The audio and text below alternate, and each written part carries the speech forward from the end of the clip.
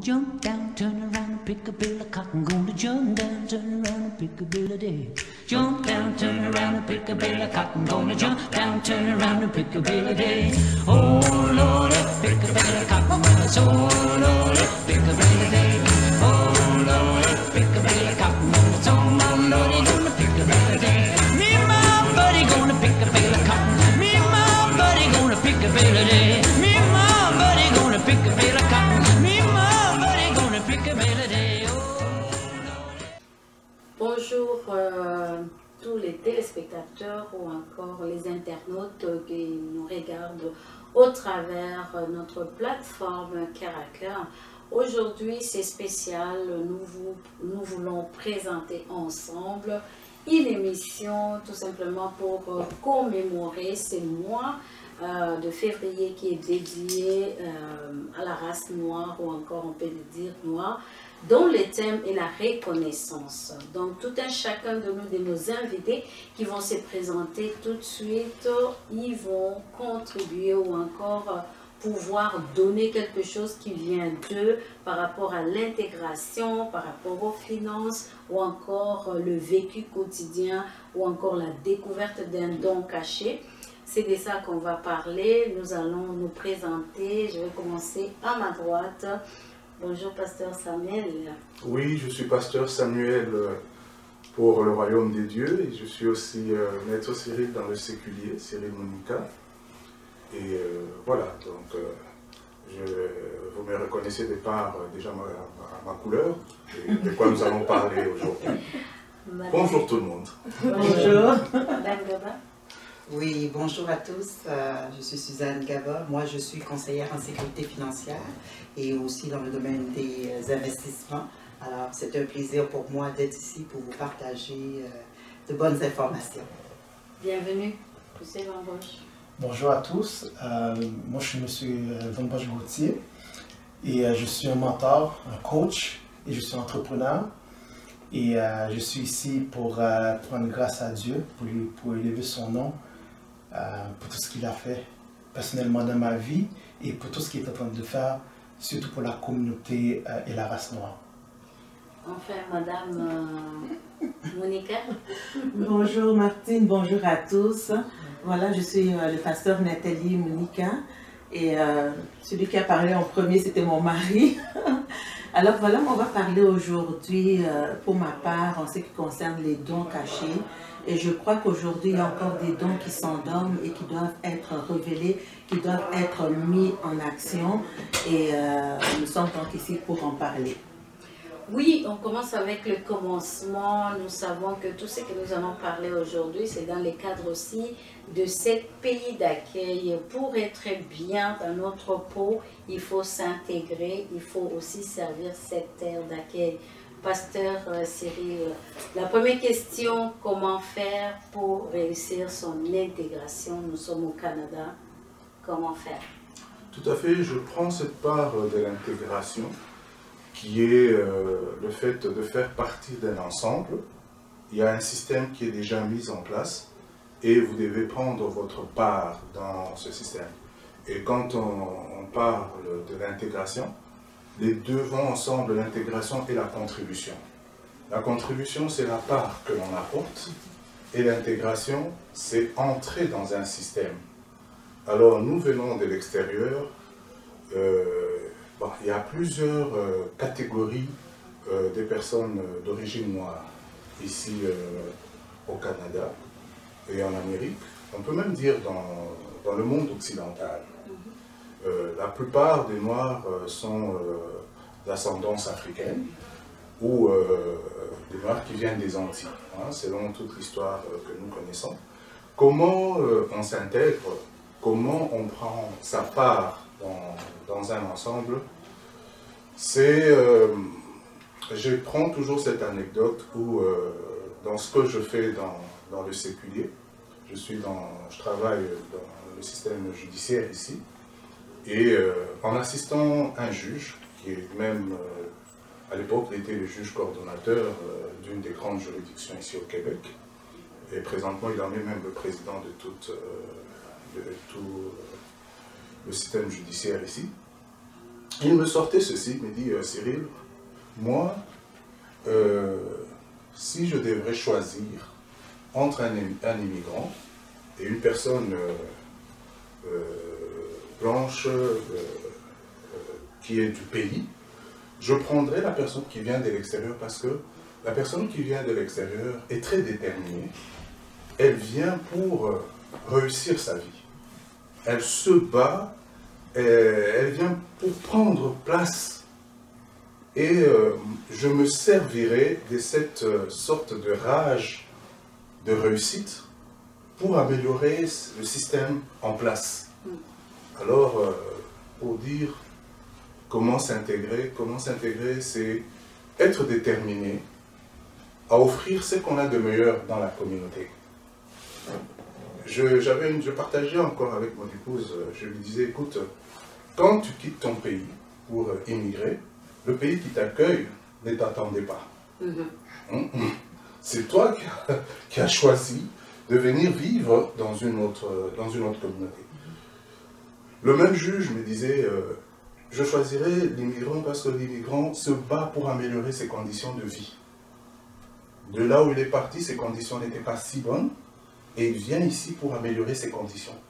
Et donc, il fait beaucoup plus d'efforts que ceux qui trouvent sur place. Donc, l'intégration, pour moi, ça nécessite de faire des efforts, d'avoir beaucoup d'humilité et d'avancer. Aujourd'hui, nous sommes très contents au Québec. On a eu les élections municipales il y a quelques mois.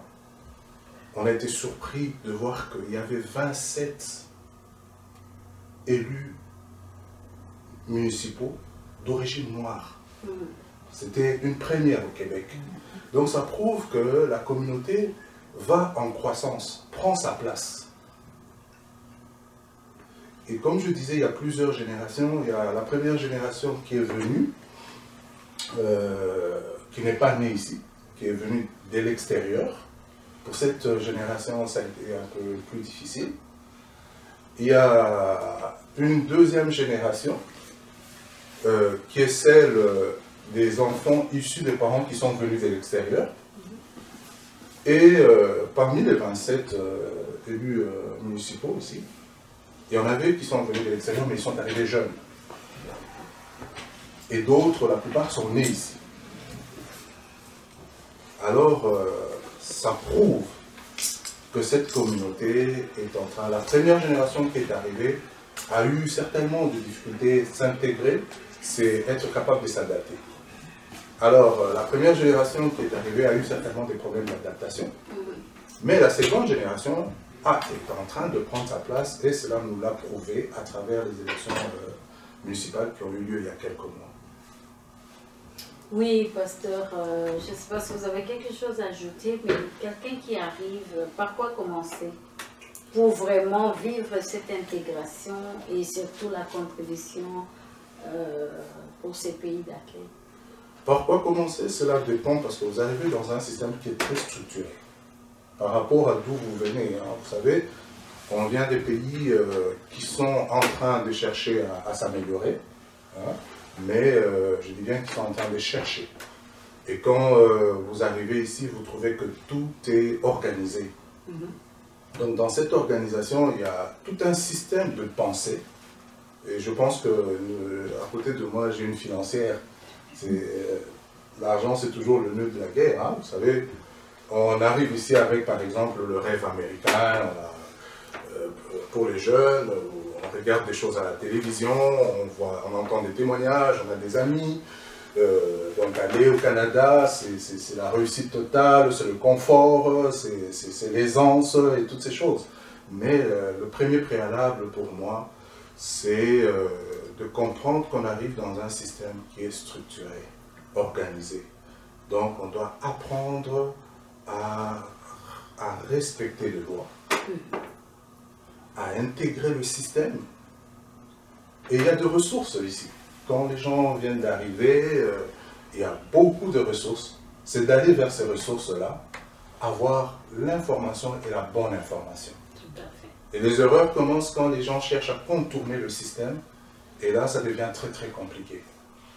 Voilà, donc pour mieux s'intégrer, c'est d'abord de comprendre qu'on arrive dans un système où il y a de l'ordre, il y a des normes à respecter, il y a des choses qu'on doit faire pour s'intégrer. Ouais. Oui, je vais vous revenir, on va prendre aussi, Madame Suzanne Gabin, c'est prendre en main financièrement. On l'a déjà épinglé un peu par le pasteur Samuel. Comment quelqu'un qui vient d'ailleurs ou s'intègre ici, comment il peut se prendre financièrement en main? Qu'est-ce qui arrive, comme le pasteur le disait, c'est l'intégration est très importante. Et le domaine financier, c'est pas différent parce qu'on arrive dans un nouveau système. Comprendre comment le système financier canadien fonctionne est très important parce qu'on navigue dans ce système-là. Et je donne toujours l'exemple, c'est un peu comme si on jouait au Monopoly. Si on ne connaît pas les règles, c'est certain qu'on a moins de chances de gagner. Alors, dans le système, la structure est là, les informations sont disponibles, mais il ne faut pas attendre que l'information vienne à nous. Il faut que nous allons chercher l'information. Et souvent, les gens, qu'est-ce qu'ils font? C'est qu'ils attendent. Vous voyez? Et le problème qui se pose, les outils ne viennent pas nécessairement, l'information ne vient pas. Et souvent, il y a des informations qui sont pas nécessairement disponibles à la majorité des gens. Alors, depuis les vingtaines d'années que je fais le travail que je fais, pour moi, c'est une passion, vraiment, de redonner le contrôle aux gens. Alors, quand on parle d'avoir une vie financière saine, c'est vraiment de comprendre qu'il y a un système, et le système peut fonctionner pour nous ou contre nous. Parce que souvent, qu'est-ce que je dis, c'est que ce que l'esprit peut concevoir, l'esprit peut l'accomplir, mais aussi ce que l'esprit ne peut pas concevoir, il ne peut pas l'accomplir. Alors, quand ça vient dans le domaine financier, c'est à nous à apprendre comment ça fonctionne, de nous entourer des bonnes personnes qui vont nous outiller, parce que ça devient aussi important. Souvent, les gens vont aller parler à leurs voisins, à leurs frères et sœurs qui n'ont pas de connaissances dans le milieu, puis après, ils se posent des questions à savoir pourquoi ça ne fonctionne pas. Je n'irai pas voir un généraliste nécessairement si j'ai un problème spécifique. Je vais aller voir un spécialiste. Alors, quand on fait ça, c'est important de s'ouvrir à ces connaissances-là. Et aussi, souvent, les gens y arrivent avec leur façon de faire de chez eux et ils veulent l'implanter ici. Hein? Souvent, on dit, quand on est à Rome, on fait comme les Romains. Alors, ça devient important d'apprendre comment ça fonctionne parce qu'il n'y a rien de caché ici. L'individu qui veut apprendre comment l'argent travaille à travers l'éducation, vraiment, ils peuvent avoir une différence. Et souvent, les gens, c'est parce qu'ils restent dans des créneaux, ils ne s'ouvrent pas. Et souvent aussi, l'expérience, c'est que quand on apporte les outils, moi je dis, c'est pas parce qu'on ne sait pas que ça ne veut pas dire que c'est pas bon. OK? Alors, c'est de s'ouvrir à entendre. Parce que quand on parle ici, par exemple, domaine financier, on est au Québec et on sait qu'au Québec, on paye beaucoup d'impôts. Hein? Québec, c'est la province, on paye deux types d'impôts, fédéral et provincial. Si je travaille et que je gagne un revenu, la moitié de mon revenu s'en va dans les impôts. Alors, je parle d'imposition sur mon revenu et je parle aussi quand on va acheter les biens, la nourriture, les vêtements, on paye encore des taxes. Alors, la moitié de notre argent s'en va là.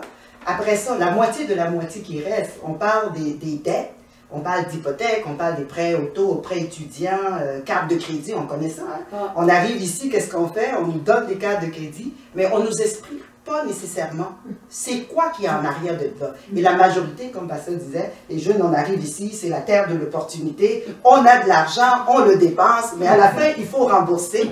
Alors, cette éducation devient importante. Alors, c'est ça, et pour moi, vraiment, s'ouvrir à ça, et je donne aussi l'adage de, vous savez, c'est pas parce que mon frère ou ma mère ou mes parents faisaient des choses que moi je dois continuer. Il y a une histoire, je ne sais pas si vous la connaissez, mais c'est l'histoire de cette jeune femme mariée qui était en train de préparer, comment je dirais, un gigot là, je m'en vais chercher l'information en anglais. Je travaille tellement en anglais que mon français, des fois, comment dire, on veut parler un rôti de porc. Elle est en train de préparer et qu'est-ce qu'elle fait? C'est qu'elle coupe les deux bouts du rôti pour le mettre au four. Là, son mari dit, mais chérie, pourquoi tu coupes les deux bouts? Elle regarde, dit, je sais pas, ma mère faisait ça. Alors, à la fête, la mère arrive, puis elle dit, maman, pourquoi tu coupais les deux bouts, tu sais, le bout du rôti? Elle dit, ben, je sais pas, grand-mère, ma mère faisait ça. Et là, il se tourne, il demande à l'arrière-grand-mère, elle dit, pourquoi tu faisais ça? Et la grand-mère dit, dans notre temps, notre casserole était trop petite, alors il fallait couper pour rentrer ça. Alors, il faut comprendre que, oui, il y a des bonnes choses, mais on ne peut pas continuer à perpétuer la même chose. Parce que si on continue, on va avoir les mêmes résultats. Et le domaine des finances, pour moi, on parle de finances personnelles. Et je dis souvent aux gens, les finances personnelles, c'est notre argent. On ne peut pas laisser les autres déterminer c'est quoi qui est bon pour nous. Si nous, on ne peut pas s'intéresser à nos finances personnelles, comment on va pouvoir éduquer nos enfants? Comment on va... Parce que l'éducation financière n'est pas nécessairement donnée dans les écoles. OK? Maintenant, le gouvernement veut le mettre mais dans les écoles secondaires ou primaires. Mais moi, je dis, les parents, c'est eux autres qui sont en train de gagner les revenus. C'est eux autres qui doivent savoir comment l'argent travaille. Cette éducation doit passer aux parents qui vont le laisser enseigner à leurs enfants. Alors, ça devient important de prendre soin de ça. De voir l'importance. Sinon, on perpétue les choses de génération en génération et ça ne change pas. OK? Alors, on a des outils, on a des connaissances que nous devons avoir, mais c'est à nous à prendre ces décisions-là. Et puis, nous, on est là justement pour soutenir les gens, pour les accompagner, pour apporter l'information qui va changer leur vie. Parce que quand on parle du domaine des finances, souvent les gens disent « Oui, moi j'ai fait mes études en finance. » Mais quand ça arrive maintenant à prendre soin de nos finances personnelles, qu'est-ce qu'on fait?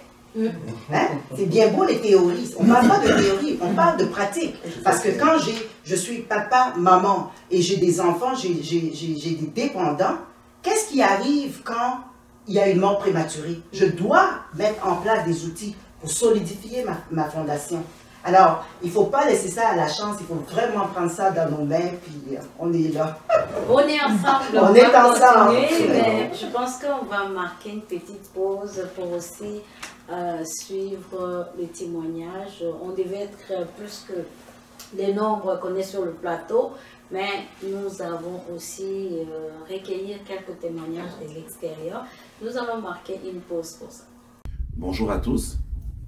Je vais commencer d'abord par me présenter.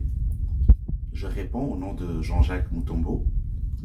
Je vais vous faire part de mon expérience ici au Canada.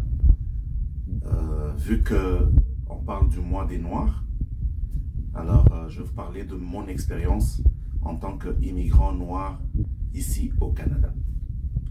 Notamment sur tout ce que j'ai eu comme projet, comment cela s'est déroulé ici au Canada. Tout a commencé vers 2014. J'avais pris la décision de pouvoir me munir de tout ce que de tout ce dont j'aurais besoin pour réaliser mes projets. Je parle des aptitudes, des notions à avoir pour pouvoir bien évoluer dans tout ce que j'avais comme projet. Alors, comme je suis une personne qui s'intéresse beaucoup à l'évolution sociale, à la vie sociale, à la politique, je m'intéresse aussi beaucoup aux affaires, l'entrepreneuriat. J'ai commencé d'abord par aller chercher un diplôme en droit d'immigration. Ensuite, j'ai obtenu un diplôme en administration des affaires, option commerce marketing. Et au moment où je vous parle, je suis en train de finir un baccalauréat en sociologie. Donc, il me reste juste 2 cours pour obtenir mon bac d'ici le mois d'avril. Tout ceci pour vous dire que avec la volonté, on peut arriver à acquérir tout ce qu'on veut. Ça n'a pas été facile. Comme je vous l'ai dit tout à l'heure, que j'ai une vie de famille. Je travaillais en même temps. Donc cela n'a pas été du tout facile. Mais c'est une question de bien s'organiser, d'avoir un objectif qu'on veut atteindre. Et c'est ce qui est arrivé finalement. J'ai déjà atteindre mes 2 objectifs et le 3e est en train d'être atteint, sera atteint d'ici la fin du mois d'avril. Et j'aimerais vous dire que le Canada ouvre les portes à tout le monde. Vous voulez étudier, les universités sont là, les grands collèges sont là. Vous pouvez aller acquérir des notions, vous pouvez aller acquérir des connaissances qui pourront vous servir dans votre vie. Chacun selon ses objectifs, selon ses rêves. Et moi, comme je vous ai dit, mes rêves, je vous les ai étalés. Les affaires, la vie sociale, la politique. Donc, je me sens maintenant aguerri avec tout ce que j'ai pu obtenir. Notamment, j'ai pu ouvrir un cabinet d'immigration. Je suis en facilitation d'affaires et en entrepreneuriat.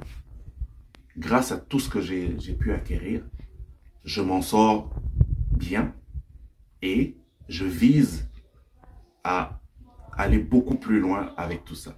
Et je sais que c'est possible avec tout ce que j'ai pu avoir ici au Canada. Tout ceci pour venir encourager tous les jeunes noirs, pas seulement les jeunes, même les gens d'un certain âge. Quand vous regardez, vous me regardez, j'ai déjà au-dessus de la quarantaine. Mais je me suis mis aux études et ça a marché. Donc, n'importe qui peut aller chercher ce qu'il faut pour vivre ses rêves. J'encourage surtout les jeunes noirs qui grandissent ici, qui naissent ici, à savoir que le Canada est un pays merveilleux. C'est un pays qui donne des opportunités à tout le monde. Il suffit d'y croire, d'y mettre la volonté et vous allez y arriver. Donc, c'est ça. Je voulais partager tout ce que j'ai vécu, tout ce que j'ai pu réaliser. Alors, mon dernier mot, courage, bonne chance à tous ceux qui ont des rêves. J'invite surtout les jeunes à avoir des rêves et ils finiront par les accomplir grâce à Dieu. Merci et bonne journée à tous. Et voilà, nous revenons sur le plateau. Nous avons annoncé les témoignages, mais nous sommes avec Van Bosch Gauthier. Et comment défaire ce qui nous empêche d'avancer? C'est toute une expérience que vous avez eue à travers votre vie. Je vous donne la parole. Si vous voulez aujourd'hui vous adresser auprès de jeunes, de personnes qui vous regardent, des personnes peut-être où dans la situation les a fatiguées, je vous donne la parole pour vous adresser. Merci beaucoup. Premièrement, j'aimerais dire que je suis tout à fait d'accord avec vous deux, dirais-je. Mais je voudrais spécifier certaines choses. Effectivement, le finance est excessivement important. Il faut absolument enseigner à nos enfants le finance dès qu'ils sont jeunes et de les entraîner à devenir des entrepreneurs. C'est excessivement important. Faites allez le vendre. Il faut les montrer c'est quoi la valeur $1. Ça, c'est vraiment important. Je suis tout à fait d'accord. Ce qui a trait du système, là aussi, je suis d'accord sur certains points. Parce qu'il y a un système en place et le système, il faut la comprendre comment qu'elle fonctionne. Il faut respecter certaines règles dans le système pour qu'elle fonctionne pour toi, pour vous, si je peux dire ça ainsi. Lorsque moi j'étais jeune, je ne connaissais pas le système. J'ai grandi d'une manière que j'ai dû apprendre ça par moi-même. Et ça, je l'ai appris de la dure façon. Mais parlons un peu du système et d'où qu'elle vient le système. Parce que quand vous n'êtes pas chrétien ou que vous ne croyez pas en Dieu ou bien que le système peut fonctionner excessivement bien pour vous. Mais il faut comprendre, si vous croyez en Dieu, là il pourra avoir un problème avec le système. Parce que le système dans lequel on vit est injuste et c'est méchant. Et ça c'est la vérité. Je m'explique. Si lorsque Dieu a créé l'homme, Dieu avait créé, il y a eu un royaume, Dieu a créé l'homme dans son environnement. En fait, l'homme, quand Dieu a créé l'homme, l'homme avait rien besoin d'autre parce qu'il y avait déjà tout. Mais quand Dieu les a, après qu'ils ont désobéi, quand Dieu les a chassés, tout a changé. Donc, mais allons un peu plus loin. Dans le temps des Grecs, les Grecs étaient le premier démocratie, et puis c'était aussi le premier nation qui étudiait l'homme. Et en Grèce, il y a plusieurs dieux, dont vous connaissez Zeus, etc. Donc, et les philosophes en Grèce ont décidé que ceux qui avaient les lèvres minces et puis qui avaient les nez pointus étaient faits pour être des leaders. Et tous les autres étaient faits pour servir. Ceux qui avaient des grosses babines ou des gros nez étaient faits pour servir. Ceux qui avaient les yeux bleus, les cheveux blonds, étaient automatiquement créés par Dieu, donc étaient automatiquement des leaders, tandis que n'importe qui d'autre, noir, blanc, peu importe, était fait pour servir. Lorsque l'armée Rome en passant est le seul pays et seule armée qui a envahi le monde entier, qui a dominé le monde, de l'Afrique en Asie, ils ont dominé le monde. Quand finalement ils sont arrivés en Grèce et ils ont détruit la Grèce, ils sont arrivés à la bibliothèque de Grèce, mais malheureusement ils n'ont pas détruit cette bibliothèque-là. Donc ils avaient l'armée puissante, mais leur mentalité était la mentalité des Grecs. Et c'est là que ça s'est éparpillé.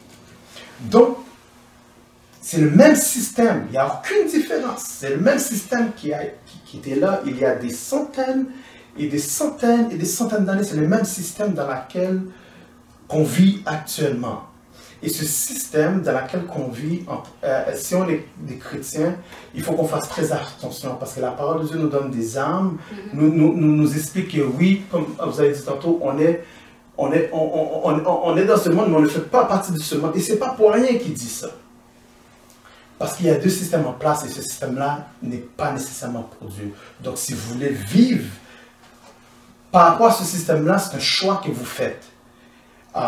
Moi, dans mon cas, je vis dans le système, mais je fais de mon mieux pour ne pas faire partie du système. C'est-à-dire que j'essaie de respecter la loi de Dieu. J'essaie de respecter le plus que possible ce que Dieu dit.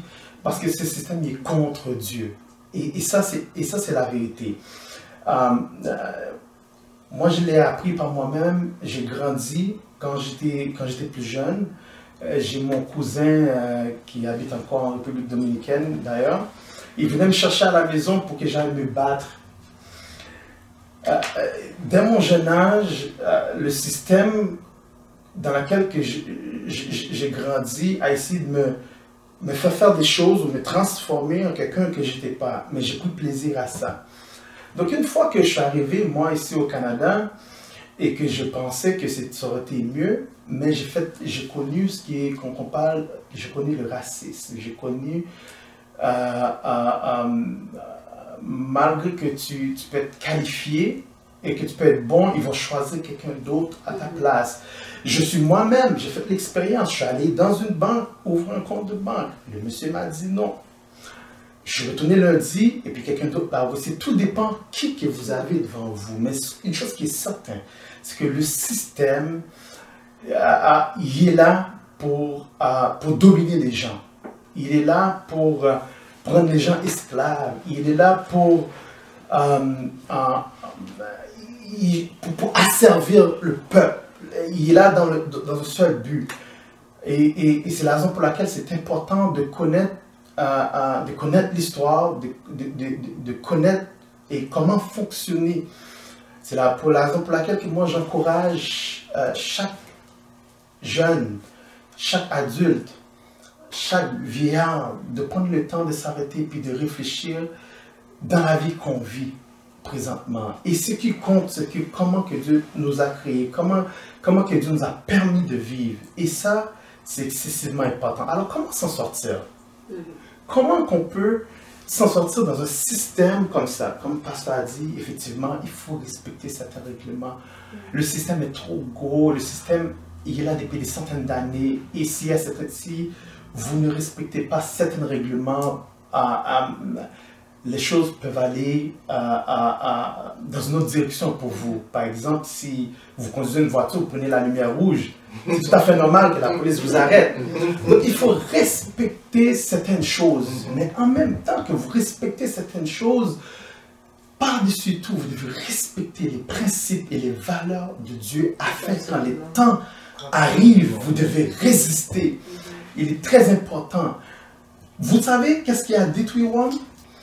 Personne n'a pu détruire Rome. Aucune armée n'a pu les détruire, mais ils se sont détruits eux-mêmes. Donc le système qui est en place nous amène à nous auto-détruire. Et ce n'est pas pour rien. C'est pas pour rien que Dieu a poussé Adam et Ève hors du jardin. Dieu les a créés pour qu'ils vivent éternellement. Mais il s'est passé quelque chose. Quelque chose est arrivé. Et puis le même Dieu les a chassés. Non seulement qu'il les a chassés, il a mis 2 chérubins. Pourquoi le Dieu Tout-Puissant a mis 2 chérubins pour garder? Il s'est passé quelque chose. C'est la raison pour laquelle si on veut avoir la vie éternelle, si on veut vivre selon parole de Dieu, oui, on est dans le système. Oui, il faut respecter certaines choses, mais nous devons vivre pour l'éternel. C'est la seule façon. Et moi, je l'ai appris à mes dépens. On doit vivre pour l'éternel, mais vraiment pour un jeune qui te regarde, tu as parlé de l'histoire, peut-être il se retrouve pas. Moi, je pense que donnez-nous vraiment comment est-ce que vous êtes en sortie dans les difficultés. Oui, on croit en Dieu, mais l'exemple, par exemple, par quoi vous êtes passé, ça peut être très édifiant quand on donne des exemples concrets à un jeune qui te regarde. Absolument. Écoute, j'étais innocent, je ne comprenais pas la vie et encore moins le système dans lequel que moi je vivais. Donc, j'ai grandi à essayer de plaire aux autres. C'est-à-dire que qu'on venait me chercher lorsque j'étais jeune pour aller me battre avec les voisins. Je faisais ça, puis j'ai remarqué que ça plaisait aux gens. Que je gagnais ou que je perdais, la plupart du temps je gagnais, mais c'est pas là le but. Mais je vois que ça plaisait aux gens, et puis en même temps, je pouvais sortir de chez moi, et puis les gens étaient contents. Mais en grandissant, le même pattern revenait. J'ai toujours eu une envie de plaire, donc je ne faisais jamais rien pour moi-même. Donc, je ne savais pas qui j'étais. C'est la raison pour laquelle il y a des questions fondamentales dans lesquelles, en tant que jeune et jeune adulte, et même un peu plus vieux, il faut qu'on se les pose. Et la première question, c'est que, qui je suis? Et la deuxième question, c'est que, d'où je viens? Et la troisième question, c'est que, où je m'en vais? Ces 3 questions sont à la source de toutes les problèmes qui existent dans ce monde. Et 95,5% des gens ne savent pas qui ils sont, ne savent pas d'où ils viennent, et encore moins où ils s'en vont. Donc, et moi, en tant que jeune, je ne connaissais, je connaissais même pas ces questions, et encore moins pour y répondre, mais je les ai vécues, par exemple. Parce que je me rappelle, à un moment donné, je prenais de l'argent de ma tante et j'allais le donner aux gens qui étaient moins fortunés. Et oui, on peut dire que c'est honorable, n'est-ce pas? Mais en même temps, c'était comme du vol, parce que je le prenais et j'allais le donner. Mais le geste était honorable. Alors, voyez-vous, je voulais faire ce qui est bien, mais c'est le mal qui est venu en même temps. Et puis Paul, d'ailleurs, parle de ça dans Romains. Donc, en grandissant, ne sachant pas qui j'étais, j'ai rencontré des gens, parce que lorsque on ne sait pas qui qu'on est, on va s'adapter à une personne. Lorsqu'on ne sait pas qui qu'on sait, n'importe quel mode qui arrive. Je me rappelle quand j'étais plus jeune, il y avait, je ne sais pas si vous vous rappelez, vous qui m'écoutez, il y avait Chris Cross, et puis eux, ils mettaient le pantalon à l'envers. Mais tout le monde mettait le pantalon à l'envers. Lorsqu'on ne sait pas qui qu'on est, on va suivre n'importe quel mode et n'importe quel système également. Et ça c'est très dangereux. Donc, je suivis avec des groupes d'amis, on a suivi les modes, on a suivi, et on a commencé à entrer dans certains problèmes. Parce que dans mon temps, moi, les problèmes que vous, les jeunes ou les jeunes adultes, vous avez présentement, on ne les avait pas avant. Avant, on faisait face avec beaucoup de racisme. Donc, à cause de cet environnement toxique, il a fallu que nous, on se rétrécisse sur nous-mêmes, on se tienne ensemble en tant que groupe de gars. Les hommes qui se tenaient ensemble ne sont pas nécessairement mauvais, mais on n'avait pas le choix de se tenir ensemble pour pouvoir survivre. Oui, on s'est battu beaucoup contre les racistes. D'ailleurs, si vous marchez librement à Montréal, c'est entre autres à cause des Haïtiens, c'est entre autres à cause de beaucoup de gens qui ont été là et puis qui ont défendu ça, parce qu'avant, marcher à Montréal sans vous faire traiter, c'était pas nécessairement quelque chose de facile. Mais il s'est passé un truc. Lorsqu'on fait le mal, la même chose qui est arrivée dans le jardin, que Dieu a poussé. Lorsqu'on fait le mal rentre et il rentre pour rester. Donc ça a créé un cercle qui a commencé par petit puis qui a grandi. Et puis un jour, je me suis posé la question, mais qui je suis? Et pourquoi est-ce que je fais ça? J'avais une réputation, les gens me voyaient autrement. Et le fait que les gens me voyaient autrement, mais je réagissais autrement. C'est-à-dire que je me rappelle lorsque j'étais plus jeune, j'ai trouvé une cassette par terre. C'était un chanteur très populaire. Et je l'ai ramassé. Et la voisine a été dit à ma mère que c'était sa cassette, que je l'ai voulée.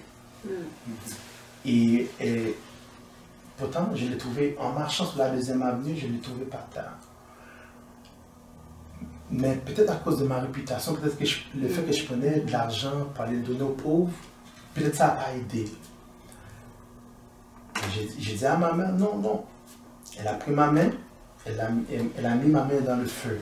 Et puis j'en prends la marque jusqu'à aujourd'hui. Donc, depuis que je suis jeune, tout ce qui m'arrive, c'est des obstacles, mal après mal. Je ne comprenais pas ce qui m'arrivait. Tout le temps que je grandissais, c'est toujours du mal qui m'arrive. Il y a un seul moment, lorsque j'étais jeune, quelque chose de bien m'est arrivé. C'est lorsque je suis allé à l'église une fois. Ma mère m'a amené à l'église. Et puis un jour, le pasteur a prêché. J'ai senti quelque chose. J'étais jeune, j'avais peut-être 7 ans. Et puis un peu plus tard, chez moi, j'étais tout seul, je souffrais. Et j'ai prié. Et dans la chambre que j'ai prié, l'atmosphère a changé. Il y avait quelque chose qui était dans la pièce avec moi ce jour-là. Et j'ai senti que Dieu était dans cette pièce-là avec moi. C'est la seule chose de bon qui m'est arrivé dans ma jeunesse. Et après, j'ai rêvé qu'il y a un train qui est arrivé. J'ai embarqué dans le train, je me suis assis sur le train m'a amené à travers le village. C'est la seule chose qui m'est arrivée. J'ai grandi dans la souffrance, dans la misère, ne pas comprendre. J'avais pas personne pour m'éduquer, ni pour me diriger, ni pour m'encadrer. Rien de tout ça. Lorsque j'ai commencé à grandir dans les gangs, et puis d'ailleurs, je ne sais même pas comment ça se fait que je suis tombé dans une gang. C'est un jour que c'est arrivé, tout d'un coup, j'ai su que je faisais partie d'un gang. Et puis j'ai grandi dans le mal. Il y a eu toutes sortes de choses, des meurtres, plein de choses s'est passées. Et puis un jour, je me suis posé la question, mais qui que je suis? J'ai fait des choses que je ne veux vraiment pas faire. Et comment est-ce que je veux faire pour moi? Est-ce qu'il y a une solution? Toutes les prophéties me disaient que j'allais mourir à 21 ans. Même ma mère m'a dit, tout le monde me disait la même chose. Effectivement, quand mes 21 ans sont arrivés, il y a eu une fusillade à Montréal et il y a eu double meurtre. Et Dieu m'a gardé en vie. Je suis allé en prison et je ne sais pas s'ils se sont trompés. Okay? Ils m'ont mis dans un secteur, dans un local. Et quand je suis arrivé, c'était tous mes ennemis qui étaient là. Je ne comprenais pas. Ils sont venus s'asseoir à la table et puis eux, ils me regardaient. Mais ce moment-là, était peut-être le commencement d'un changement. Parce que j'ai appris à savoir que on ne se bat pas contre la chair et le sang. Ces hommes-là qui étaient là étaient exactement comme moi. C'était mon peuple, ma race. Et quelle est la raison qui fait que je me bats contre eux? Donc je suis ici pour vous dire qu'il y a un ennemi. Et cet ennemi est contre vous. Et puis il est là depuis très longtemps. Et c'est le même ennemi qui était dans le jardin qui a fait en sorte que Adam et Ève a désobéi à Dieu. Je vais vous garder encore un instant. On va avancer, on va regarder un peu. Nous allons aussi entendre celle qui a fait même qu'on soit aujourd'hui ici. Donc l'initiatrice, si je peux dire comme ça, coordinatrice de cette plateforme Cœur à Cœur qui s'est découvert un jour. Nous sommes dans le même ordre d'idées. Elle a découvert un talent caché. Elle ne pensait jamais peut-être le faire. Et puis un jour c'est parti, nous allons lui donner la parole. À vous, Pasteur Nathalie. Bonjour encore à tous. Vraiment, je suis édifiée ce soir par tout ce que j'ai entendu ici. Et quelque chose qui me retient quand on parle de l'histoire des Noirs ou de l'histoire de la reconnaissance des Noirs, et on va un peu avoir tendance à regarder à l'histoire, c'est-à-dire que qu'est-ce qui s'est passé auparavant. Et quand on regarde qu'est-ce qui s'est passé auparavant, on voit l'esclavage, on voit la douleur, les souffrances, toutes ces choses qui se sont passées. Et en fait, on doit venir, je me pose la question, je me suis posé la question, c'est que oui, il y a une histoire qui nous enseigne qu'il y a des choses qui se sont passées, mais au vu de cette histoire, je crois qu'on est dans un point où je me dis, oui, l'histoire s'est passée, mais c'est le temps de bâtir. C'est le temps de regarder, bâtir non seulement pour aujourd'hui, mais de bâtir pour le futur. Oui, il y a des choses qui se sont faites, mais aujourd'hui, en découvrant, comme tu disais, qui suis-je? Où est-ce que je veux aller? À un moment donné, il faut qu'on s'arrête un moment et qu'on se dise, ok, j'ai vécu des choses.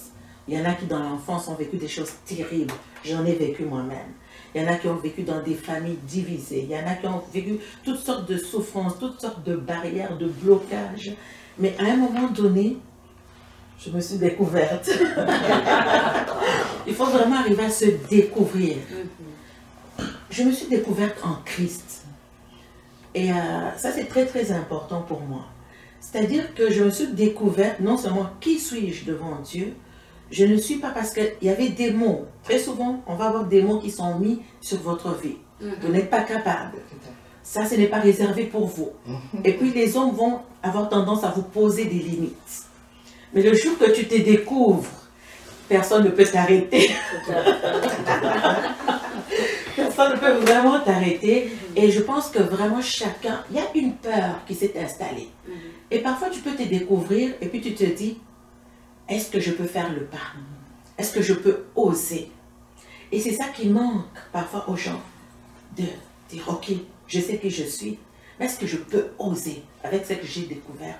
Est-ce que je peux poser le premier pas? Est-ce que je peux poser ce pas de foi-là?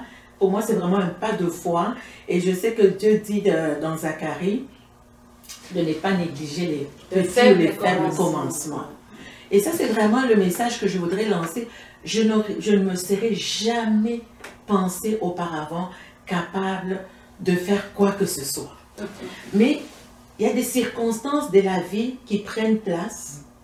Et devant, je donne un exemple tout simple. Je me suis retrouvée à un moment, j'avais besoin de faire une sortie. Et puis, je n'avais pas suffisamment d'argent pour m'acheter un habit.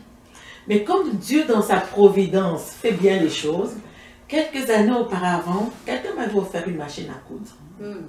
Et puis, je recevais des cadeaux, des tissus. Je ne sais pas coudre, je ne porte pas les tissus africains, je ne sais pas coudre. Mais Dieu avait réservé pour un temps X que je puisse me servir de cette machine-là. Et puis, je ne savais pas coudre, je ne savais rien faire.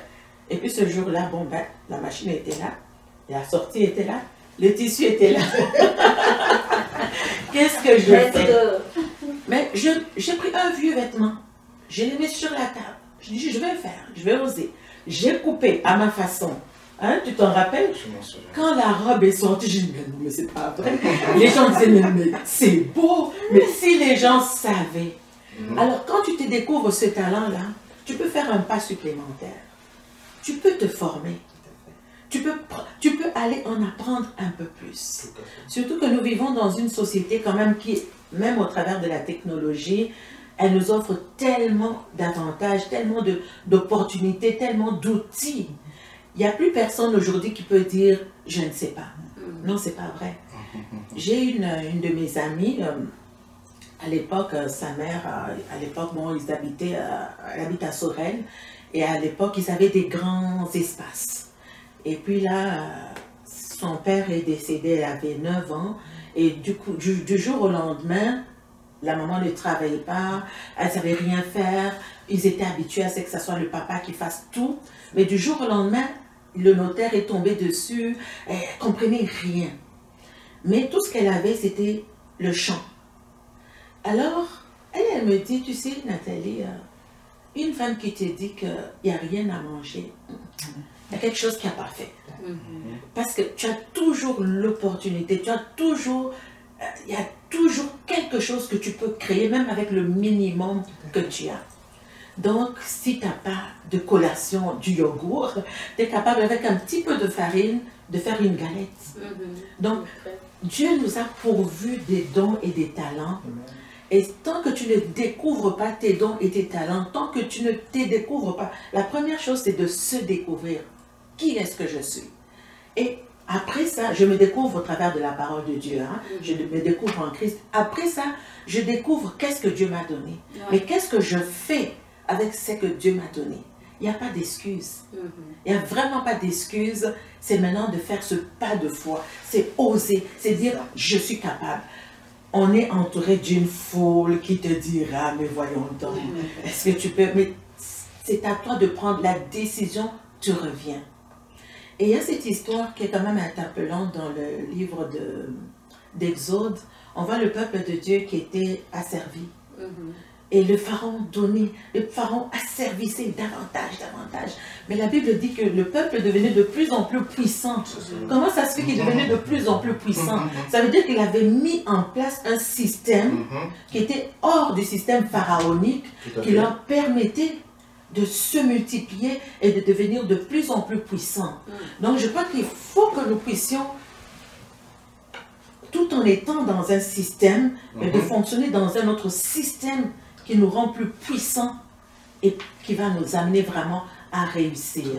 Donc, est-ce qu'on peut se dire que les obstacles nous créent encore des chemins, des opportunités? Alors, moi justement, je brûlais d'envie d'intervenir et de prendre là où Pasteur Nathalie a fini pour dire, ajouter que Dieu agit, la main invisible de Dieu qui agit dans le surnaturel pour nous rendre meilleurs. Alors, je vais essayer un peu de ramasser, de commencer là où Pasteur Nathalie a fini et revenir encore sur Van Bosch. Et en même temps, je profite de cette tribune ou de cette plateforme pour passer un message. On est en train de parler de la reconnaissance. Donc, il y a un besoin de reconnaissance. Et il y a aussi une frustration. Si quelqu'un veut être reconnu, c'est que quelque part, il y a une frustration. Alors moi, je veux profiter de cette plateforme pour dire à ceux qui ont frustré cette communauté noire, peut-être qu'ils ne le savent même pas. J'étais impressionné d'entendre Van Bosch faire l'apologie de là où ça commençait. Le problème des stéréotypes, de racisme, ça commençait même au sein, entre eux-mêmes, un même peuple, mais à ceux qui sont plus fins, qu'on suppose être plus meilleurs que ceux qui sont plus rudes, plus... Et ces choses-là ont amené très loin. Il y a eu un philosophe qu'on appelait Nietzsche, qui a écrit un livre avec des propos très racistes, et ces choses ont amené, le racisme avait atteint son point culminant, son paroxysme avec Hitler Adolphe et ses acolytes, Himmler, Goebbels, et toute cette histoire de la Deuxième Guerre mondiale. Alors, les Noirs qui étaient dans cette guerre mondiale faisaient partie, par exemple, de l'armée française. Eh bien, quand ils étaient faits prisonniers par les Allemands, on les éliminait tout de suite parce qu'on les considérait, on les prenait pour des animaux. Et ça a été même filmé. Il y a toute une histoire. Alors, ici, je reviens à il faut se découvrir. Peut-être que nos jeunes enfants, il y en a qui naissent dans un contexte, c'est pas de leur faute, où ils n'ont pas, j'ai parlé des ressources ici, ils n'ont pas le bon message. Ou bien, je regarde par exemple nous qui sommes venus des pays colonisés. J'ai remarqué par exemple que nos parents qui nous éduquent ont perpétré sur nous la même violence qu'ils ont reçue de leurs maîtres. Moi j'ai grandi en Afrique dans une communauté où les parents t'appelaient macaque. Quand tu fais une erreur, on t'appelle macaque. Mais ça vient d'où? Il l'a entendu. Mon grand-père s'est fait appeler macaque par le colonisateur. Et c'est resté. Vous voyez? Alors, tout ça pour dire, les ressources sont très importantes. Je veux dire à celui qui le fait, qui perpétue Nietzsche, qui perpétue Hitler, peut-être même pas sans le savoir. Parce que c'est des valeurs, c'est des choses peut-être. Tu grandis dans un environnement où pour toi, l'homme noir est un sous-homme. Je vais crever l'abcès. C'est tout ce que tu sais. C'est ça ton cadre de référence. L'homme noir, il ne sait rien faire, comme pasteur Nathalie le disait. Et ça sera très important d'entendre aussi la financière. Parce que nous sommes là aussi pour chercher à nous en sortir. Et cette reconnaissance doit être portée par des éléments, par des forces. Cette émission, elle est vraiment très, très, très importante. Je me retrouve en tant que parent. Comme je vous le disais avant que l'on commence cette émission, il est arrivé des périodes. Dans cette quête à améliorer sa condition de vie, on se retrouvait, mon épouse et moi, avec des shifts différents. On se bat, on est arrivé dans une société où on commence notre vie. On doit prendre tout ce qui nous... Même si on est venu avec des diplômes, des choses comme ça, mais comme on doit fonctionner dans le système, on prend ce qui nous est offert, dans un premier temps, tout en gardant à l'esprit l'idée d'aller de l'avant.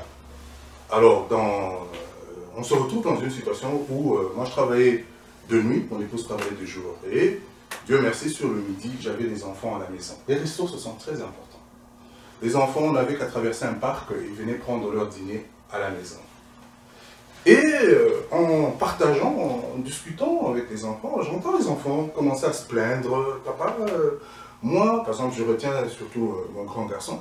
Il me dit, mais moi, ma maîtresse trouve que je parle trop fort et je prends trop de place dans la classe. Et puis, nous sommes toujours comme... et ses sœurs sortent aussi quelques exemples, quelques illustrations. Tout de suite, je comprends, oh, il y a un problème de racisme. Et là, ces enfants n'ont que, pour le plus vieux, il était peut-être en 5e primaire, et ses sœurs étaient en 4e primaire. Alors, les ressources, comme je disais, ça tourne dans ma tête. Je dis, il faut que je dise quelque chose et que je passe un message. Je dis à mon plus vieux, écoute, si tu trouves qu'on te dit que tu prends trop de place dans la classe, tu parles fort, tu vois les stéréotypes contre les Noirs. Je dis, mon ami, c'est pour te décourager. C'est pour que tu ne te trouves pas comme les autres. Et là-dessus, je pense que Van Bosch va m'aider aussi, dans tout ce qu'il a vécu. Alors, je lui dis tout de suite, c'est pour que tu ne te trouves pas comme les autres.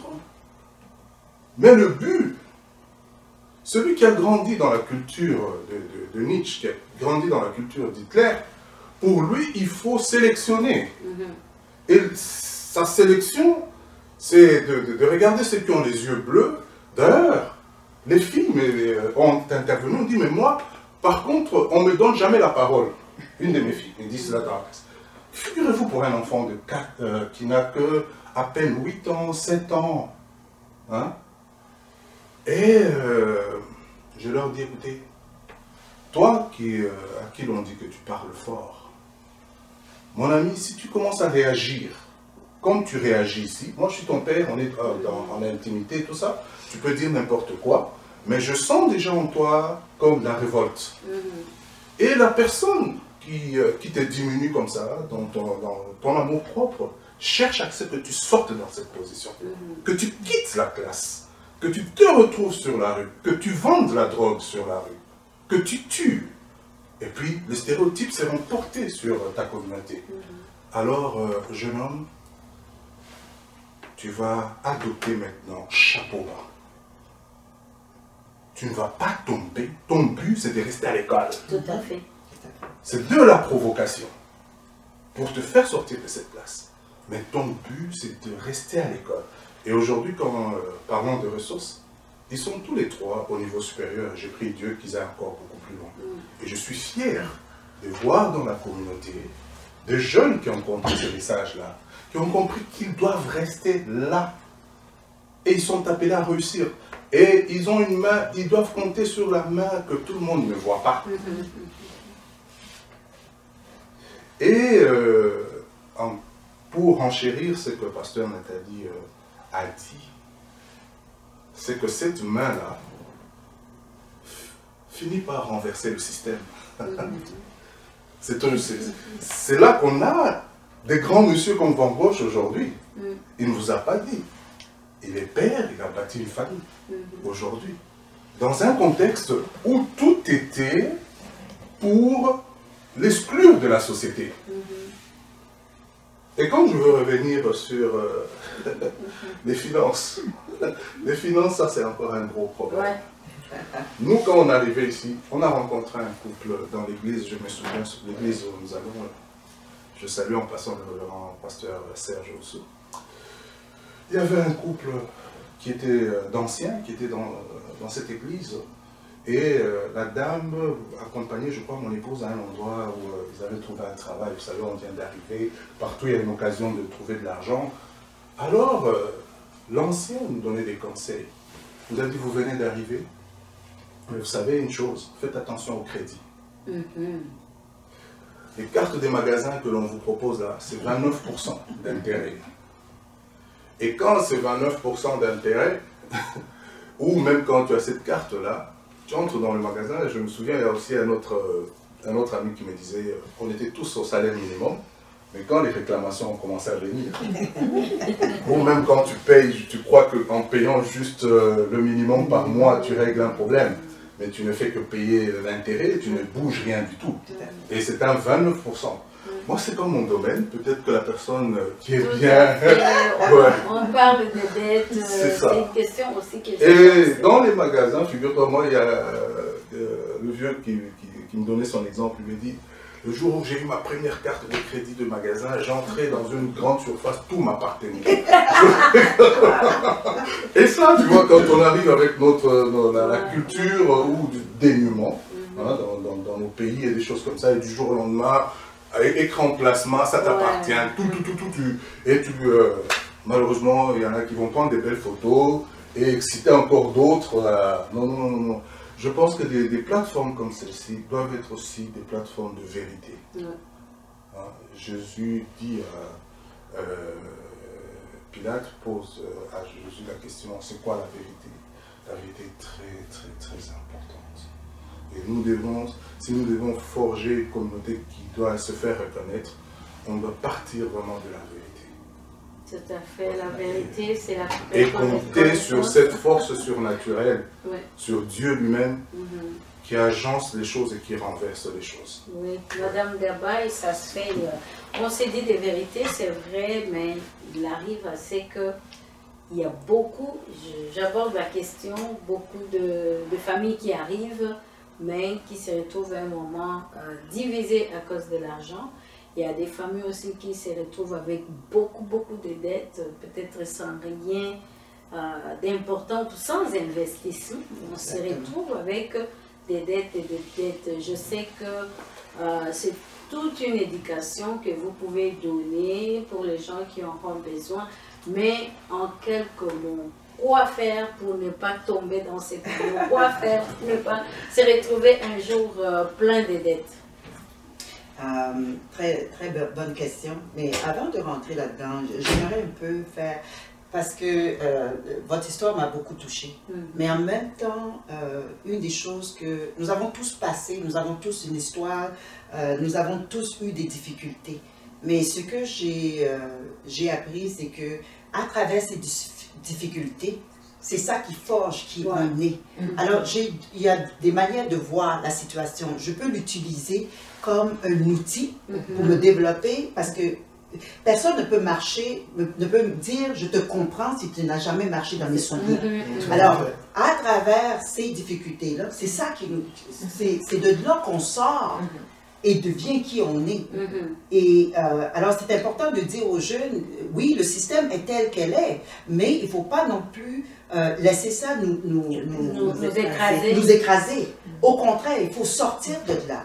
Et on ne peut pas attendre après les gens pour venir nous ouvrir la porte. Il faut que nous, on ouvre la porte. Mais on ne peut pas ouvrir la porte à travers la force. Il y en a d'autres qui ont utilisé la force. Mais la force ne devrait pas être ce que nous devons utiliser. On a Dieu devant nous, comme on dit avec Dieu, qui peut être contre nous. Et moi, c'est ça. Dans le domaine financier, j'ai choisi ce domaine-là, premièrement, parce qu'il n'y a pas beaucoup des nôtres. Et en plus de ça, il n'y a pas beaucoup de femmes. OK? Ça, c'est une des choses. Pourtant, l'argent, c'est quelque chose avec lequel on travaille à tous les jours. Et on peut pas renier ça, parce que comme Dieu le dit, je veux que vous prospérez, même si votre âme prospère, autant que votre âme prospère. Alors c'est important de comprendre que l'outil financier, les finances, c'est quelque chose avec laquelle on utilise à tous les jours. Ça devient un problème maintenant. Quand les gens utilisent les finances comme l'argent comme étant comment je dirais ça là? Weapon. Une épée. Oui, une épée ou comment je dirais? Une arme. Une arme. C'est ça le problème. Alors, il ne faut pas devenir dépendant de l'argent. L'argent est là pour que nous, on puisse l'utiliser. Mais souvent, qu'est-ce qui arrive? C'est que une des choses que Dieu m'a gratifié, c'est d'avoir une compréhension qui est différente de la majorité des personnes qui font le travail que je fais. Alors, l'accompagnement que j'apporte, c'est pas juste le côté finance, mais il y a la spiritualité qui est là-dedans. Pour que les gens comprennent que leur problème financier, c'est pas juste le problème de l'argent. Parce que l'argent, c'est juste le résultat de qui je suis. Tu vois? Et c'est important de savoir qui je suis et de qui je suis. Parce que l'affaire qui arrive souvent, les gens vont parler mal contre l'argent. Et non seulement ça, ils vont parler mal contre leurs voisins, contre les autres. Mais ça ressort parce que là où il y a cause, il y a aussi l'effet.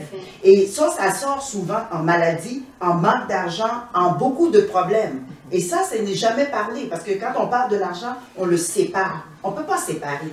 OK? C'est tout un ensemble. Alors, quand ça vient maintenant au crédit, il faut comprendre que si j'emprunte de l'argent, si je reçois une carte de crédit, l'argent ne m'appartient pas. Il y a une compagnie qui dit « je te prête l'argent et à la fin, tu vas me le payer avec beaucoup d'intérêt. » Alors, il faut faire attention. Et souvent, on utilise ça pour acheter des choses que demain matin, on a même oublié, on ne l'utilise pas. Alors, des choses qui ne viennent pas nous aider. Alors, c'est important de comprendre ce côté-là. Oui, il y a des stratégies, il y a des outils qu'on montre aux gens pour sortir de là. Alors, on pourra en parler plus en long et en large. Mais en même temps, une des choses qui est importante, c'est que les gens doivent comprendre qu'ils doivent investir de l'argent.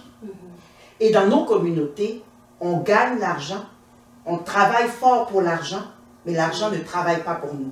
Alors, c'est important d'avoir cette éducation-là. Alors, pour les nouvelles personnes qui arrivent ici, c'est de comprendre que, OK, oui, je peux avoir un bon crédit, je reçois de l'argent, mais il faut faire attention. Nous devons bâtir notre crédit, parce qu'aujourd'hui, le crédit, hein, partout où tu vas, c'est ton crédit. Si tu as un mauvais crédit, tu ne peux pas acheter une maison, tu ne peux pas rien faire. Alors, c'est important de prendre soin de notre crédit. L'argent qui nous sont donnés, c'est de pouvoir l'utiliser à bon escient pour que cet argent-là travaille pour nous. Alors, à travers ça, justement, mon coaching, c'est justement de travailler à aider les gens à comprendre comment ça fonctionne et comment eux autres, ils peuvent bâtir une maison financière solide et devenir financièrement indépendants. Et les finances, c'est un langage aussi, hein? Il faut apprendre ce langage-là. Exactement. Hein? Les riches sont riches, il y a une raison pour ça. Eux autres sont capables de se payer cette information. Mais nous, les familles à revenus moyens qui travaillons fort pour gagner notre argent, nous avons les banques qui sont là, mais leur job, c'est pas de nous renseigner. Leur job, c'est pas de nous rendre financièrement indépendants. Et je peux vous dire, depuis les 20 dernières années, on fait tous affaire avec les banques. J'ai jamais vu quelqu'un devenir financièrement indépendant à mettre leur argent là. OK? Mais le système est très lucratif. Parce que quand on parle des bénéfices qu'ils font dans les milliards et les milliards de profits, pourquoi 3 Canadiens sur 4 prennent leur retraite pauvre après avoir travaillé 30-40 ans? Il y a un problème. OK? Alors, cette éducation-là est très importante. Et c'est ce qu'on fait à travers... Il y a un mot que je voulais vous entendre. Vous avez parlé de faire le choix. Comment est-ce que quelqu'un peut faire le choix par rapport à tout ce qui se présente devant lui? Bon, c'est de voir justement, c'est quoi l'objectif que l'individu veut atteindre? C'est quoi l'objectif? Le choix est simple. Si j'ai de l'argent dans mes mains, je peux, parce que comme le fermier, il va prendre une portion pour pouvoir après le replanter pour la prochaine saison. C'est la même chose. Nous, qu'est-ce qu'on fait? On gagne notre argent. Ici, quand on gagne l'argent, la première semaine, bouf, tout est parti. On a tous payé tout le monde, mais la première des choses, on ne s'est pas payé en premier. Pourtant, c'est nous qui travaillons pour l'argent. OK? Alors, oui, on a le choix. Je peux avoir le choix d'aller acheter une voiture qui me coûte... parce que souvent, qu'est-ce qui arrive, c'est qu'on vit au-delà de ce que nous gagnons. Ça, c'est un problème. Ça, c'est un problème. OK? Alors, c'est de travailler avec l'argent qu'on a, parce qu'avec cet argent-là, et avec l'aide de Dieu, on peut faire beaucoup de choses. On peut faire beaucoup de choses. Mais c'est dans les choix que je fais. On va faire le tour. Je pense qu'on a beaucoup parlé. Il y a tellement de choses à se dire. Tout à fait. Et même la financière, que disiez-vous? Que pourriez-vous dire de ce qui s'est dit que les Noirs sont des mauvais consommateurs? Vous savez... Moi, je suis curieux de vous entendre à ce sujet. Les gens peuvent dire tout ce qu'elles veulent.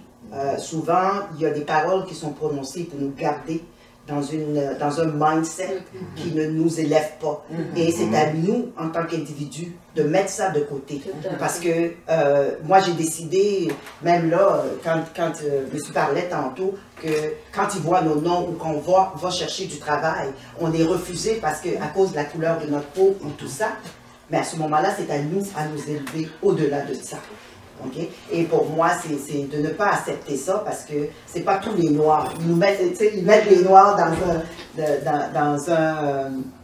dans un pot, mais c'est pas tous les Noirs qui sont comme ça. Alors, il ne faut pas accepter cette parole-là parce que quand on l'accepte ici, on le perpétue. Souvent, on le fait entre nous. On continue, on perpétue qu'est-ce qu'on entend. Et si on continue comme ça, cette parole devient vérité. Parce qu'on le dit, on le prophétise. Alors, il faut que premièrement, que nous, on refuse d'accepter cette parole-là. Que les autres en parlent, mais ce n'est pas la vérité pour nous. La vérité pour nous, c'est que nous sommes des enfants de Dieu, nous sommes des gens prospères et on peut accomplir et devenir qui on veut et personne ne peut nous arrêter. Tout à fait, vraiment, on va faire le tour. Peut-être on va commencer par vous, on est en train de chuter. On a tellement de choses à nous dire, mais moi maintenant, là, le tour qu'on va faire, c'est vraiment le conseil. On a dit, hein, il y a des préjugés, il y a ce qu'on nous sommes traités d'une façon, mais c'est à nous de montrer la différence, c'est à nous de choisir, de se connaître qu'est-ce qu'on est et qui on est pour avancer. Alors pour aujourd'hui, quel conseil par rapport à ton expérience que tu peux donner à une femme qui nous regarde ou un homme ou des jeunes? Voilà ce que je pourrais dire. C'est qu'avec tout ce que j'entends, nous devenons, pour ceux qui ont réussi, ils deviennent une fenêtre, un modèle pour les autres. Parce que ce qu'on doit comprendre, c'est que si je suis la seule à réussir, je n'ai pas réussi. Parce que toutes les autres personnes, je prends dans l'exemple d'une famille. Si une seule personne a réussi dans la famille et que les autres sont encore sous ce joug de problèmes ou d'esclavage, je pourrais dire, il n'y a pas de réussite. Parce qu'ils deviennent continuellement à notre charge.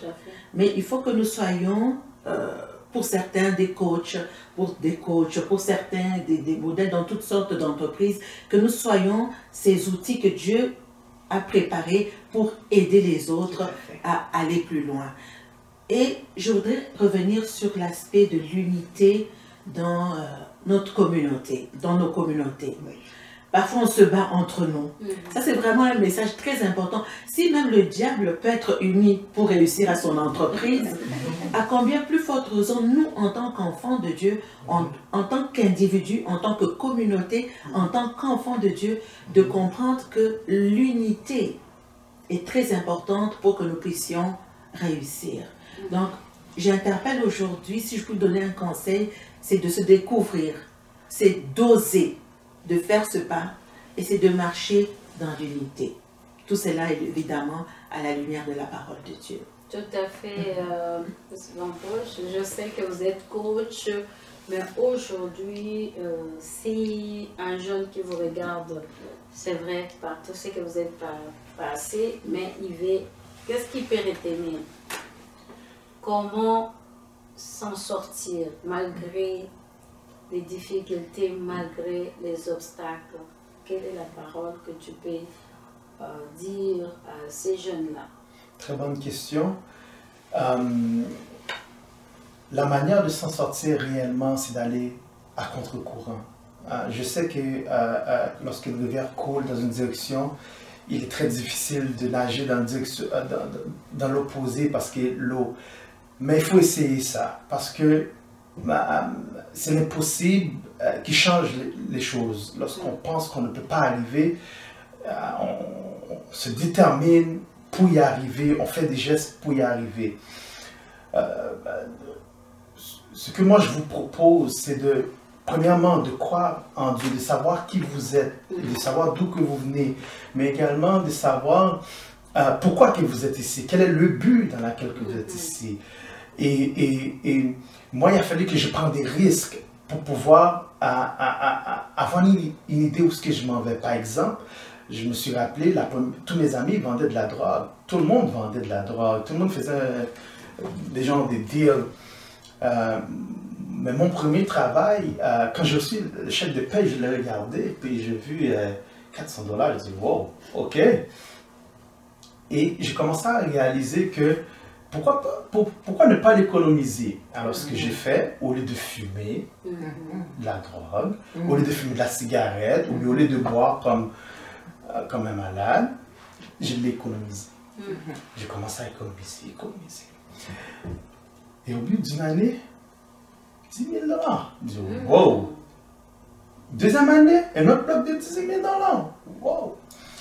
Et ma perception a commencé à changer. Alors, je marquais sur mon frigidaire que si je ne m'aide pas, qui va le faire? Lorsque mes amis venaient chez moi, ils voyaient ça, ils disaient, pourquoi tu enlève ça, pourquoi tu écris ça? Je l'ai écrit parce que je veux me rappeler à moi-même, si je ne le fais pas, qui va le faire? Qui va le faire pour moi alors que j'ai plein d'amis, je connais pratiquement, j'ai énormément de personnes et puis jusqu'à maintenant, c'est toujours des choses bizarres qui m'arrivent, des choses mauvaises. Alors que si je ne m'aide pas, qui va m'aider? À ce moment-là, j'ai pris la décision que bon, à partir de maintenant, je vais économiser pour y arriver. Donc, j'ai changé un peu ma façon de voir. Et également, comme je disais tantôt, vous devez aller à contre-courant. Donc, c'est des fois, vous pouvez être une bonne semence, mais si la semence n'est pas dans la bonne terre, la bonne terre, c'est l'environnement. Vous devez prendre le risque de sortir de votre environnement pour pouvoir vous en sortir. Ça, c'est excessivement important. Si vous n'avez pas des amis africains, faites-vous des amis africains. Si vous avez, il faut sortir un peu du lot pour pouvoir aller voir qu'est-ce qu'il y a ailleurs, parce que peut-être papa peut m'aider. Le pasteur peut me donner, mais si je ne sors pas de mon lot, et lorsque je suis sorti un peu de mon quartier pour aller voir, je me suis fait de nouveaux amis, j'ai eu mon premier business, j'ai vécu d'autres expériences que je n'avais pas, et par la grâce de Dieu, j'ai vécu très bien.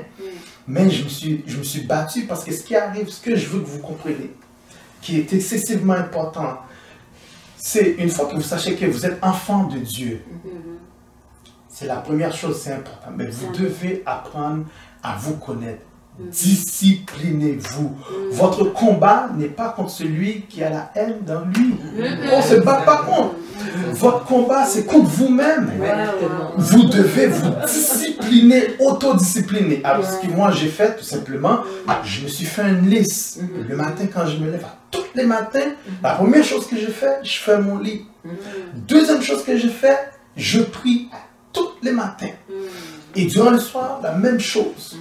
Vous devez commencer par des petites disciplines comme ça, entamer une discipline, et pour avoir du succès dans votre vie. Si vous voulez avoir du succès dans votre vie, vous devez vous battre contre vous-même. Pourquoi? Parce que Dieu, dans sa grandeur, a créé votre corps d'une manière incroyable. Votre corps peut se guérir elle-même. Vous devez apprendre à jeûner, parce qu'après 3 jours de jeûne, votre corps se génère elle-même et puis peut guérir pratiquement toutes les maladies qu'il y a. Et c'est vraiment important le combat contre soi-même, parce que le corps, malheureusement, a une façon d'enregistrer. Savez-vous que tout ce que j'ai appris, moi, depuis que je suis petit, c'est encore là? Même si que j'ai du succès dans ma vie, même si que je vis confortablement par la grâce de Dieu, mais tout ce que j'ai appris est encore là. C'est la raison pour laquelle, des fois, il y a un flashback qui arrive. Des fois, il y a une image qui s'en vient que ça fait longtemps qu'ils n'étaient même pas là. Alors que quelque chose s'est passé ce matin, on ne se rappelle même pas, mais quelque chose qui s'est passé bien loin, boum, arrive. Voyez-vous? Donc le corps, donc ça veut dire que lorsque vous êtes jeune, à partir de l'âge 1, jusqu'à à peu près vos 20 ans, début de 20 ans, vous devez apprendre tout ce que vous devez apprendre de vos parents. Et d'ailleurs, la parole de Dieu dit, obéissez à vos parents pour que vous viviez longtemps. Apprenez, étudiez, découvrez dans la vingtaine ce que moi, ma recommandation, honnêtement, vous voulez devenir riche, vous voulez avoir du succès, ma recommandation dans la vingtaine, n'essayez pas d'aller faire votre carrière, n'essayez pas ça du tout. Trouvez une compagnie dans laquelle vous pouvez travailler, mais qui est le leader, le gérant ou le boss de la compagnie est un type est un leader, dans laquelle vous pouvez apprendre de lui. Dans la vingtaine,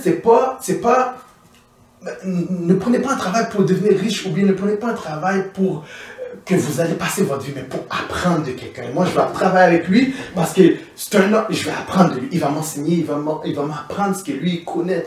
Dans la vingtaine, c'est ce que vous devez faire. Et dans la trentaine, vous entrez dans votre carrière, vous êtes équipé. Lorsque vous entrez dans la quarantaine, là, c'est pas le temps dans la quarantaine, vous devez absolument faire ce que vous aimez.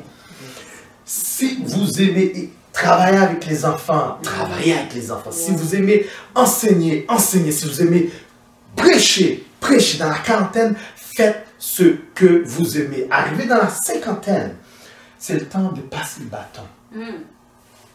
Dans le système grec, je ne veux pas revenir là-dessus, mais ce que j'essaie de dire, dans la cinquantaine, c'est vraiment passer le bâton. Malheureusement, un de nos faiblesses à nous, dans notre communauté, dans notre race, c'est que on a tendance à garder le bâton trop longtemps et ne pas enseigner, aux jeunes. Donc, dans nos pays, on a des hommes dans le pouvoir pendant des nombreux d'années. Ils sont vieux, ils ne passent pas le bâton. Mais si vous regardez dans le modèle, dans le système qui est actuel, quelqu'un a créé, si vous voyez un homme plus âgé au pouvoir, comme les Américains, regarde le président présentement, mais il a toute une équipe, Sénat avec lui, solide. Comme ça, s'il fait un défaut, on le ramène à l'ordre. Mais dans nos pays, on n'a pas ça. Donc, dans la cinquantaine, il est primordial, concentrez-vous sur les plus jeunes. Enseignez-les, coachez-les, passez le bâton, apprenez-les tout ce que vous voulez. Arrivez dans la soixantaine, que vous voulez, que je le veux, que je ne le veux pas, que vous ne le voulez pas, à la soixantaine, il est un peu trop tard pour apprendre. Je dois vous dire la vérité, il est extrêmement difficile de changer quelqu'un qui est dans la soixantaine en montant. Parce que déjà, tout ce qu'il a appris, c'est difficile de changer ce qu'il y a là. Dans la soixantaine, vous devez être sur une plage en train d'avoir du bon temps. C'est pas le temps de... Oui, c'est excessivement ce que je suis en train de vous dire. rapide. Oui, parce que ce qui arrive, c'est que Dieu, la manière que Dieu a créé votre corps, c'est que depuis que vous êtes petit jusqu'à 36 ans, vous avez, c'est comme si vous êtes un ordinateur qui a enregistré tout ce qui est mauvais, tout ce qui est bon. À partir de 36 ans, vous commencez, c'est pratiquement pas vous qui êtes en train de vivre. C'est votre ordinateur, c'est tout ce que vous avez appris, c'est tout ce que vos parents vous ont appris, c'est tout ce qui vous est arrivé, c'est toutes les racines, c'est tout ce qui arrive. Donc vous devez contrôler ça. Assurément, M. Van assurément, on aura des questions qu'on va vous faire parvenir et vous allez répondre à toutes ces préoccupations. On va aussi donner à Mme Gaba la parole et on est en train d'atterrir là. Madame. Je ne sais pas si vous allez revenir sur à quel âge il faut investir, comme un peu, mais vraiment un petit résumé en éducation financière aujourd'hui. Qu'est-ce qu'on peut retenir? Je pense que qu'est-ce qui est important, c'est que où qu'on soit rendu dans notre vie financière, on a toujours l'opportunité de l'améliorer. Et c'est tout ça. Que ça soit plus âgé, plus jeune. C'est certain que plus jeune, on commence mieux que c'est parce qu'on a le temps devant nous. Mais ça ne veut pas dire parce qu'on est rendu à 50 ou 60 ans qu'on ne peut pas commencer non plus. Moi, je dis, on peut commencer n'importe où. Et moi, c'est vraiment un message d'espoir que je veux donner aux gens. Je veux que les gens sachent qu'il n'y a rien qui est impossible. Et que ce on peut apprendre. Nous, on est doté, comme mon confrère ici disait, on est doté d'une machine extraordinaire. Et l'esprit humain, l'esprit que Dieu a mis à l'intérieur de nous, peut accomplir n'importe quoi, n'importe quand. Okay? Qu'est-ce qui devient important? C'est de croire qu'on est capable et de pouvoir s'outiller et de pouvoir apprendre. Mais aussi, c'est important entre nous de s'entraider. De ne pas juste penser pour nous, moi. Non, mais nous ensemble, parce qu'on dit souvent, peut-être seul je peux aller vite, mais ensemble on peut aller plus loin. Et ça, ça devient important. Et moi, dans le domaine des finances, je vous dis, si vraiment on se met ensemble, on peut accomplir des grandes choses, on peut vraiment léguer un héritage extraordinaire à la nouvelle génération, parce qu'aujourd'hui, il faut qu'on fasse les choses différemment, et ça revient à nous de pouvoir le faire. Alors, c'est ça. Oui, pasteur Samuel, qu'est-ce qu'on va retenir? Il y a tellement, on s'est dit tellement de bonnes choses. Je vais vous laisser la parole, pensez au moins à un message qui peut soit encourager, soit en effet, orienter. Il y a beaucoup de choses que l'on peut retenir. Moi, je parle au nom de la communauté, au niveau de son intégration et de sa contribution. Si l'on constate dans notre communauté beaucoup d'égoïsme, on donnera peut-être un conseil à la communauté. C'est que nous devons oublier nos stigmates du passé. Parce que pour quelqu'un qui veut demeurer longtemps au pouvoir, il y a beaucoup de souffrance. C'est quelqu'un qui est insécure. Il faut que nous changeons un peu des mentalités. Pas un peu, que nous changeons radicalement de mentalité. Que nous oublions tout ce qui nous a fait souffrir. C'est vrai qu'on en est conscient, c'est pour nous aider à aller beaucoup plus de l'avant. Mais si nous oublions ce que nous avons enduré, nous pouvons laisser la place à l'altruisme. Nous pouvons laisser la place à la génération suivante. Et là, ainsi, nous aurons une communauté beaucoup plus forte. J'ai commencé à parler de l'exploit au niveau des élections ici au Québec, où on a eu 27 élus municipaux issus de la communauté noire. Il faut aussi que nous apprenions à encourager les mérites entre nous. On doit apprendre à encourager le bon, à pousser ceux qui n'ont pas la mentalité de crabe. Dans notre communauté, malheureusement, nous avons cette mentalité du crabe qui fait que quand on met un seau de crabe ici, eh bien, vous constaterez que les crabes ne veulent pas que l'un monte et qu'il sorte du seau. Mais nous avons des communautés ici, j'ai fait des observations, une fois toujours dans mes péripéties, je travaillais sur un chantier de construction où j'étais gardien la nuit, et le matin je me lève, je constate que c'était un projet domiciliaire. Il y avait une pancarte qui mettait le nom de la compagnie dont moi je faisais aussi partie en tant que surveillant. Mais je me lève le matin, je constate que tout ce qui est bâti, c'est la contribution du charpentier qui arrive, de l'électricien qui arrive, du plombier qui arrive, et c'est un grand partage de gâteaux. Ça m'a beaucoup marqué. Mais nous, malheureusement, dans nos communautés, nous voulons... Ce sont les souffrances qu'on a endurées qui expliquent ce comportement. Mais oublions ces souffrances et pensons aux autres. Je pense que la communauté ira de l'avant. C'est alors que j'ai commencé par parler de 27 élus municipaux. Je finis aussi par parler parce qu'on parle de reconnaissance. Cette communauté est très brave. Au moment où je suis en train de vous parler, le système de santé, tous ceux qui interviennent dans le système de santé, ce sont les gens issus de cette communauté, les femmes, les hommes. Et même j'ai entendu parler de quelque chose d'extraordinaire pour se faire de l'argent plus rapidement. Les membres de cette communauté vont travailler dans le Grand Nord, là où il fait froid. Mais il n'y a personne qui en parle. Nous ne devons pas cacher ces choses-là, nous devons en parler entre nous pour nous encourager mutuellement et aller de l'avant. Parce que si on n'en parle pas, qui disait ici que personne ne fera ton bonheur, je reprends ça en d'autres termes, personne ne fera ton bonheur à ta place. Nous devons être une communauté unie, une communauté qui reconnaît les mérites et une communauté qui se passe le message. Voilà ma petite contribution. Parce que je ne sais pas si vous avez un petit mot, parce que c'est vrai, je tiens à vous remercier si nous sommes réunis dans ces cadres, ces beaux cadres, c'est les bureaux, le studio de Cœur à Cœur qui nous reçoit aujourd'hui pour cette réflexion, encore la contribution de tout un chacun de nous. Un petit mot pour Cœur à Cœur, on ne va pas se quitter sans pour autant que vous vous exprimez. Un petit mot pour Cœur à Cœur. Oui, Cœur à Cœur, c'est une plateforme de partage, d'édification, d'évangélisation. Je voudrais dire quelque chose sur Cœur à Cœur. Nous sommes pasteurs, nous prêchons à l'église quand on peut prêcher. Je vais dire qu'il y a la vie de l'église, notre communion avec le Seigneur, qui ne nous empêche pas d'agir dans la société. Ça, c'est très important. On n'est pas dans les quatre murs de l'église, mais on a des actions à poser dans la société.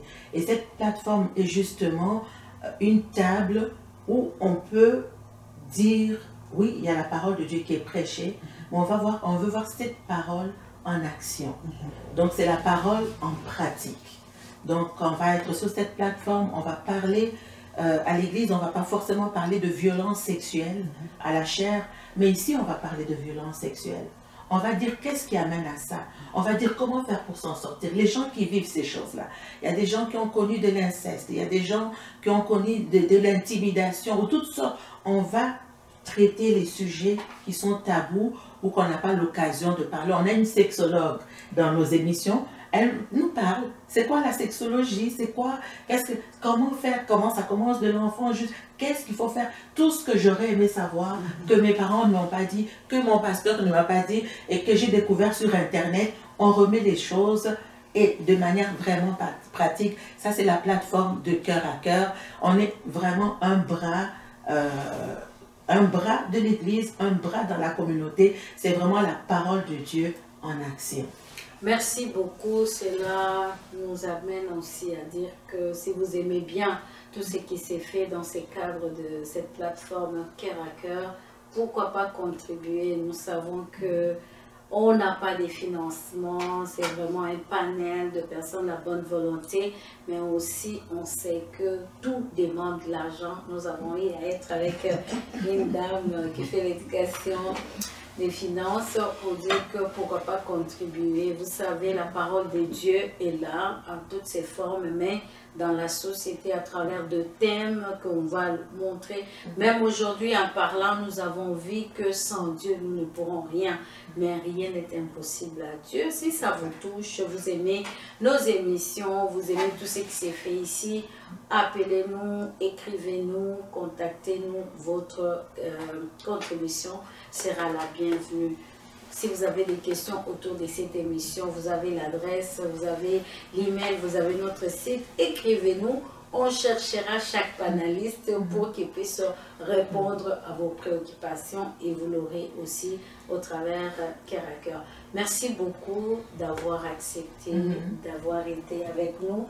Je ne sais pas si, Pasteur Cyril, vous avez encore quelque chose pour clôturer, en tout cas pour clôturer. Oui, nous sommes des gens de prière. Nous allons sur cette plateforme nous incliner en prière et tous ceux qui nous suivent aussi à la maison vont saisir l'opportunité pour prier parce que Dieu qui est l'alpha, il est Emmanuel, il a cheminé avec nous et il conclut ce moment agréable dans sa présence. Et nous vous suggérons de partager ce que vous avez reçu, parce que ce qui vous a été donné, c'est ce que Dieu a déposé dans nos cœurs, dans le cœur de chacun de nous ici. Alors, je vais faire une très courte prière pour clôturer ces bons moments. Éternel notre Dieu, nous te rendons grâce, nous te bénissons. Dans ce mois de l'histoire de la communauté noire, nous ne sommes pas unis ici pour faire du racisme ou pour faire de la discrimination ou pour nous appuyer sur des histoires qui font mal. Mais Seigneur notre Dieu, nous n'avons pas choisi de porter cette couleur de peau, mais c'est toi qui l'as choisi pour nous. Alors, ce que toi tu donnes, Seigneur, est une bénédiction. Dès que tu as commencé à établir les choses, alors que tout était informe et vide, tu as toi-même, ô Dieu, déclaré que tout ce que tu as fait était bon. Ainsi, nous saisissons, Seigneur, ce mois de reconnaissance comme le fait de recevoir ce qui est de toi, d'être créé par toi dans ces revêtements que nous portons comme une très bonne chose. Alors, viens toucher, Seigneur notre Dieu, cette communauté. Nous avons parlé d'unité. Toi, tu aimes que les frères demeurent ensemble et tu t'exclames, tu trouves cela beau, tu trouves cela bon. Éternel notre Dieu, affermis les liens de cette communauté et que tout ce que tu as placé de particulier sur cette communauté, Seigneur, puisse aider, puisse contribuer, Seigneur, à un monde encore plus meilleur. Cela a été notre prière ce soir.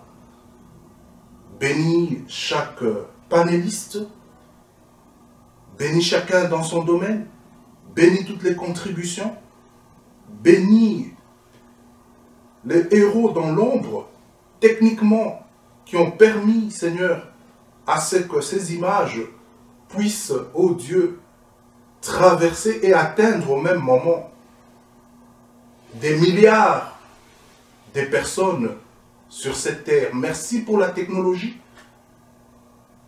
à travers laquelle, Seigneur, nous voulons porter ton message haut et fort dans le nom de Jésus-Christ. Amen. Amen. Jump down, turn around and pick a bale of cotton. Gonna jump down, turn around and pick a bale a day. Oh Lord, pick a bale of cotton. Oh Lord, pick a bale a day.